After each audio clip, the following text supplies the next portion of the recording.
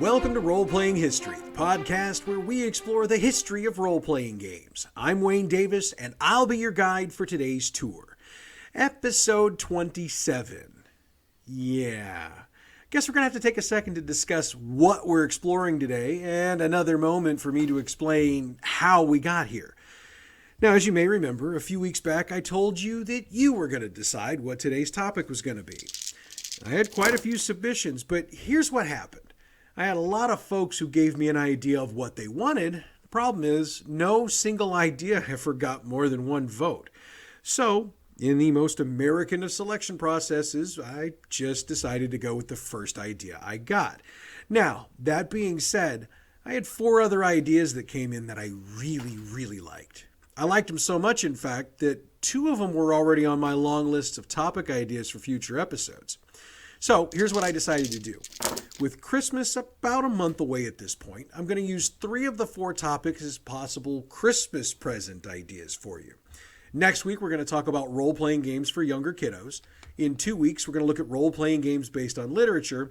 In 3 weeks, we're going to check out role-playing games based on fandoms.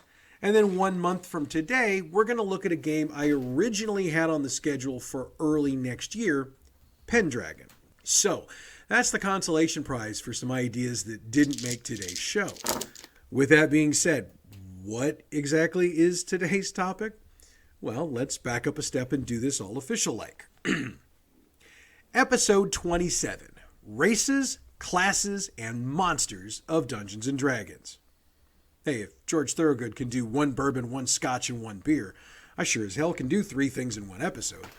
But let's be real about it. There's no way I can talk about all of the classes, races, or monsters of D&D in 1 episode unless I want to be talking nonstop for the next couple of months. There's just way too much stuff there. So what I decided to do is this. I'm going to pick 1 D&D race, 1 D&D class, and 1 D&D monster. I'm going to talk about its influence and its evolution throughout the history of the game, and I'm going to try to drop some other knowledge in there as I go along. So specifically today, we're going to examine the Halfling, the Rogue, and the Tarrasque. Oh, and if enough of you like this type of show, I'm down to do more of them. You know what you need to do if you like it. All right, so enough of my general ramblings. Let's get this tour started. Halflings are probably best known as hobbits from Tolkien's epic works. However, the word halfling comes from the Scottish word hoflin, which means an awkward, rustic teenager who is neither man or boy and is therefore half of both. Another word for halfling is hobbledehoy or hobby. The German surname Hebling has a similar origin, but getting into the etymology of that is an entire show of its own. I should note that the usage of the word halfling predates Tolkien, so I guess it would be correct to say that there were halflings in the world long before Tolkien set his epic saga to print. Halflings are typically shown to be similar to humans, only about half as tall. However, as opposed to dwarves, who are typically shown to be about the same height, halflings aren't usually quite as stocky. Now, regardless of the source, halflings typically are shown with slightly pointed ears. They're also known in many sources to have hair-covered feet, which they don't cover with socks or shoes. They also tend to be stealthy and lucky. Now, I'm going to assume if you're a regular listener of this podcast, you've at the very least seen the Lord of the Rings movies, if not read the books, so the depiction of hobbits should come to you fairly quickly. But in other fantasy novels, this isn't the case. Terry Brooks uses halfling as a term for characters who have 1 human parent and 1 parent of another race, like an elf human. Jack Vance uses the halfling term for beings like fairies, trolls, and ogres, who are composed of both magical and earthly substance. For our purposes, however, we're going with the Hobbit-style halfling, for the most part. Now, as we've discussed in previous episodes, when Gary Gygax was first putting the first edition of Dungeons & Dragons together, he specifically referred to his halflings as hobbits. Needless to say, a threat of a lawsuit from the estate of Tolkien caused him to change the name back, but the description is definitely the same. They were these short, squat humanoids with hairy feet. So, yeah, picture Frodo Baggins from Lord of the Rings as the halfling Gygax was plugging into his game. Halflings, along with other non-humans, didn't get a lot of love in the original D&D. While they were a playable race, they were both limited in the level their character could reach, as well as the class they could take. For the record, the level limit was 4, and the only class they could take was the Fighting Man, which was later simplified to Fighter. Now, it should be noted that they did have some advantages. They had magic resistance and accuracy with ranged weapons, but it's been noted in multiple articles over the years that the wording of the accuracy is so poor, it's nearly impossible to determine how much of an advantage this was supposed to be. When Greyhawk dropped in 1976, Halflings got a new class they could play in. It was the Thief, which we'll expand on in a few. The rules also added that Halflings had no limit to their level in this class, which was the beginning of Halflings having a stealthy nature in D&D. It would also explain why, for the longest time, Halflings were synonymous in certain gaming circles with thieves.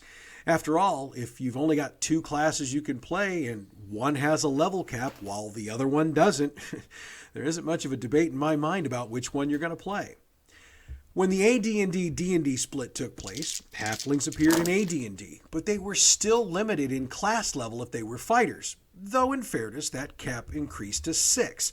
However, they could still be thieves and have no level cap.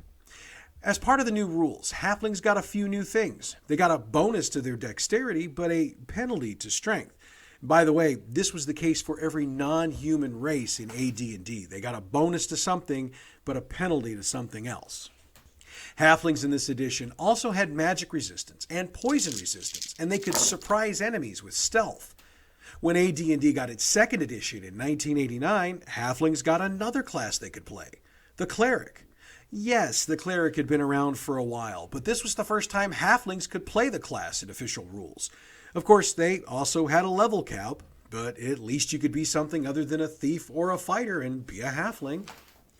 In addition to the other bonuses they got in 1st edition, Halflings were also granted a +1 bonus to attacks with thrown weapons and slings in 2nd edition. This referred back to the bonuses that they'd been granted in the original version of D&D, but codified and explained in better detail.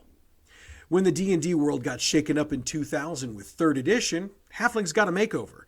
No longer were they the short Tolkien-esque humanoids of old. Now they were depicted as smaller humans, at least so far as their proportions. If you check out the artwork for 3rd edition and 3.5, you can see this change in print for yourself. Now, some players complain that this streamlining took some of what made Halflings unique out of the game. However, that change came with something huge. Halflings could now play any class in the game and had no level limits. So while your Halfling might not look like Frodo, he could be a wizard like Gandalf, if you so chose. 3rd edition brought a number of other changes for our Halfling friends. They got bonuses to saving throws, sneaking, listening, climbing, jumping, and saving throws versus fear. They kept the skill with thrown weapons, and 3.5 added a bonus with slings. They also kept the improved dexterity and reduced strength that they'd gotten from 2nd edition. They also got low light vision and were considered to be small-sized, which gave them advantages to armor class, attack, and hiding. Of course, those advantages came with some disadvantages, which included the kinds of weapons they could wield, but for many it was well worth the change. 4th edition D&D, which dropped in 2008, made more changes to the Halfling. First off, they got bigger. Their height averaged 4 feet, and their weight was around 70 pounds. This was about a foot and 25 pounds more than 3rd edition. Why this was done has never really been made clear. And their ability bonuses changed too. Halflings got bonuses to both dexterity and charisma, but no longer had the negative to strength. They were still small-sized with the restrictions that came with that. They also kept their fear resistance as well as their nimbleness and thievery advantages, plus they gained skill at avoiding enemy attacks. However, their superior sight and hearing, as well as their skills with ranged weapons and slings, were the cost for those advantages. That being said, though, Dungeons & Dragons loves its character changes, and the Halfling would change yet again. For 5th edition, the Halfling shrank back down to its traditional size, about 3 foot tall and around 40 pounds. They kept the dexterity bonus and the resistance to fear. They also gained an increased luck, which is its own racial ability for Halflings in this edition. I can speak for my own game when I say that halflings are very much still alive and well in D&D. In fact, right now at my table, I've got a halfling druid and a halfling artificer in my 5e game, and they bring a definite spirit to the session. Of course, I'm dying to hear the epic story of the halfling barbarian, so if you've got one of those, hit me up. I'll either put it on this podcast or on the YouTube channel. So with our halfling discussion at a close, let's move on to the rogue or thief, depending on your version of D&D. Now, thieves and rogue types have been a part of human history for as long as there's been human history. Libraries are full of stories of thieves, from Alibaba to Robin Hood and everyone in between. Bilbo Baggins would also be an example of a rogue or thief, especially since he chose to palm the One Ring instead of getting rid of it or just leaving it where the hell it was. In discussing the rogue in D&D, we're reminded that this class did not exist when D&D was originally printed. And as I mentioned a few minutes ago, we got the thief as part of the Greyhawk supplement in 1976. It was at that time the ability to search for and disarm traps was brought to the table as an official skill or ability, along with a number of the other skills the rogue is still known for. So the question begs to be asked, what did players do before the thief came along? First off, I wasn't gaming at that time. I know I'm old, but I'm not quite that old. I reached out to a number of old school gamers on Twitter and I got a number of responses. But overall, it was agreed that before the thief came along, it was up to the fighters to use a 10-foot pole to check for traps in the floor of a dungeon. And the idea was you'd just trip it, move past, and continue on your way. If there was a trap on a chest, you just have to figure out how to set it off without killing everybody in the party. Now, I know that's not true for all groups, and I'm sure your group at the time probably had a good way to handle this, but this is what others have told me. There are also those who have noted that rather than create an entire class whose job it is to do these things, why couldn't these features just be spread out over the other classes? It's a legit question, but since the rogue does exist, we're just going to go with that. AD&D codified the thief rules, making the thief an official core class. Also, it was the only class that any race could play and advance to its maximum level. The thief got a little extra bit of love in this edition as well, as it got a D6 for hit dice, as opposed to the D4 it had gotten in the Greyhawk setting.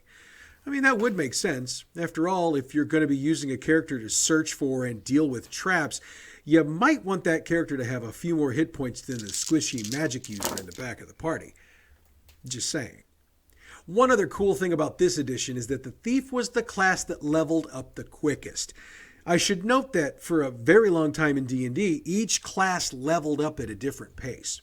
Yeah, that was another headache for DMs to deal with, but I'll complain about that more another time. Anyway, the trade-off for leveling quickly was that the thief's abilities, like locate traps, disarm traps, move silently, so on and so forth, which were all percentile die based, by the way, increased at a relatively slow pace. What this meant was that it could typically take about 10 levels or so before most thieves would feel comfortable enough with their skills to use them on any sort of a consistent basis. Or if you were me, you just created about a dozen thieves at one time during the creation process and then just swapped in new ones each time the previous one blew himself up, or got smashed under a huge rock, or got blown out the 10th story tower window. Or maybe my luck just really sucked bad. That could very well be the case. Now, 2nd edition AD&D fixed some of these flaws. Also, this was the first edition in which the term rogue was used. It was meant to encompass all of the possible archetypes for the class, like the burglar, the pickpocket, the assassin, and the other ones like that. 2nd edition allowed thieves to specialize in skills. This meant they could get pretty good at a couple of skills within a couple of levels, which made them more likely to actually use their skills. And as with pretty much everything in 2nd edition, thieves got their own separate book, which fleshed out the class with more ideas, more skills, more archetypes. You're getting the idea. So, of course, everything changed when 3rd edition came around. In 3rd edition, the class officially became known as the Rogue, and in my opinion, this was a positive change. It gives the player more room to play the character the way they see fit. You want to be a cat burglar? Do that. Do you want to be an expert in finding people that don't want to be found? Do that. You want to be the expert in finding and disarming traps? Do that. 3rd edition really allowed for this kind of specialization, and the skill point system is the real key to it.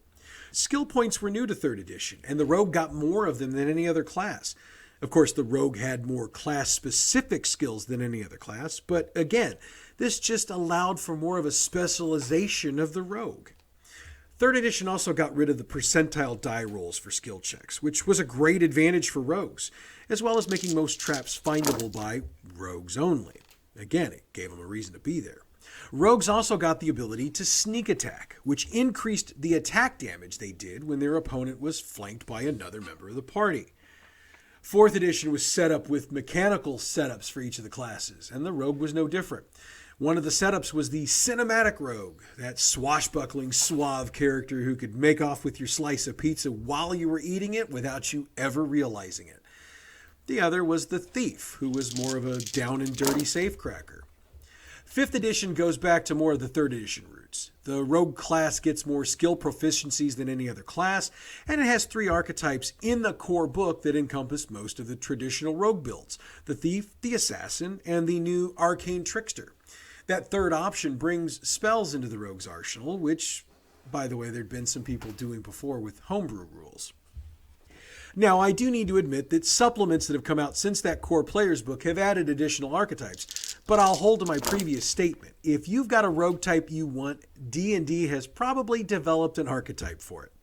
Again, I've played rogues for a very long time, and as I mentioned, I currently have rogues in my 5th edition campaign. Thanks to the way the 5th edition rules are set up, you could have a group of 5 each play a rogue, but none of them be the exact same type of character. That's the beauty of the class, and also the flexibility of the rules. Now, I do have to say that some of this flexibility comes with headaches, but we'll talk more about that when we discuss 5th edition of D&D later on down the line. All right, I promised you a race, a class, and a monster. I've done the first 2, so I guess we need to get to the 3rd. But what monster should I talk about, he says, even though he knows he already said earlier on. Well, I just couldn't help myself. I got to talk about the creature that is so controversial, its appearance in a game will cause an equal amount of swearing and players leaving the room pissed off. I'm speaking, of course, of the Tarrasque. I don't personally know of another monster in any role-playing game that causes as much controversy with its mere appearance than the Tarrasque. For the uninitiated, the Tarrasque is an enormous abomination. Throughout the various editions of the game, it's maintained the rough size of an ancient dragon, which, for the uninitiated, is pretty damn big. However, what makes it controversial is the fact that it's impossible to kill. It has resistances to almost everything, including most spells. And, should you manage to get it down to 0 hit points, it either disappears to rest, or it requires a wish spell to kill, depending on the edition you're playing. On top of that, the amount of damage a Tarrasque can cause in a single round can take out party members of equal level. Yeah. So when a Tarrasque is utilized in a game, it either means you're playing a power gamer's table or your DM is just looking to end your game absolutely, positively tonight. Just saying. All right, so what's the history of this beast? Well, there's a French legend about the Tarrasque, but I haven't been able to find a good English translation of this. So if our French-speaking listeners can provide us with one, hit me up and we'll do a video on it. In the world of D&D, the Tarrasque, which is what I should have been saying from the beginning since there's only ever one, is supposed to be the most feared creature in existence. Some believe it was created by the gods as a way to remake the world when the time comes, which means that if it's loose, the gods intend to end the world and start anew. I've also read articles where some game writers have offered the thought of a planet inhabited entirely by Tarrasques. No. Just no. No, thank you. I could say more, but I'm really trying not to swear.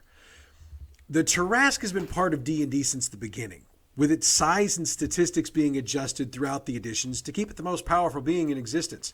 If you don't believe me, create a party of 4 or 5th, 20th level characters, give them magic equipment equal to that level, drop in the Tarrasque, play it by the rules, and let me know how that worked out for you. Your party might pull it off, but they won't do it unscathed, I can assure you. So the question would come up then, why would you put a creature like that into a game? In my opinion, I don't think the Tarrasque was really intended to be a creature for characters to encounter. I think it was meant to be a story, like the Boogeyman, for characters to fear. causing them to be a little more careful with their actions. However, with some players, if you present them with something, they want statistics for it because they're going to try to figure out a way to kill it. Thus, the Tarrasque has statistics that make it nearly impossible to kill. And those players only heard the nearly impossible part of what I just said. To any DM out there wondering, should they use that monster, I say this: no. Nothing else needs to be said. Except to say that with that, we've come to the end of today's tour. Next week, as I promised, we're going to take a look at role-playing games targeted for the younger kiddos. If you've got some younger kids in your family and you want to introduce them to gaming, this episode should give you some good ideas. Thanks to @ForTheLoot Gaming on Twitch for this week's topic. @ForTheLoot Gaming is a game streaming channel, and he plays all kinds of different games. So follow him on Twitter, and he'll let you know when he's going live, or check out his channel for some of the stuff he's already done. And let him know you heard about him from us. I need to thank the folks at Pixabay.com for the music we use for our intro and outro. If you're looking for some good royalty-free music for your show or project, I cannot say enough good things about them. Of course, you deserve the lion's share of the thanks. You are the reason I keep doing this, and I'm going to keep doing this for as long as I've got topics to discuss, so thank you. You can follow us on Facebook, Roleplaying History Podcast, Twitter @RoleplayingP. We, of course, have a YouTube channel, Roleplaying History Podcast. You know what to do when you get there. If you'd like to send us some emails, please do so, roleplayinghistorypodcast@gmail.com. Oh, and somebody asked me about, I said I was going to put video of die rolling up last week. Well, see, here's what happened. I couldn't find a video of somebody using old school dice. It might just be I didn't go far enough down the YouTube rabbit hole, but between job and kid and podcast and grandson, dude, I don't have the time to go that deep into rabbit hole. However, I am working on something else, and it is something evil, and when I get it done, I will let you know. Next week, though, I'm working on a tour of role-playing games for younger kids. But that's next week. Until then, I'm Wayne Davis, and your Role-Playing History.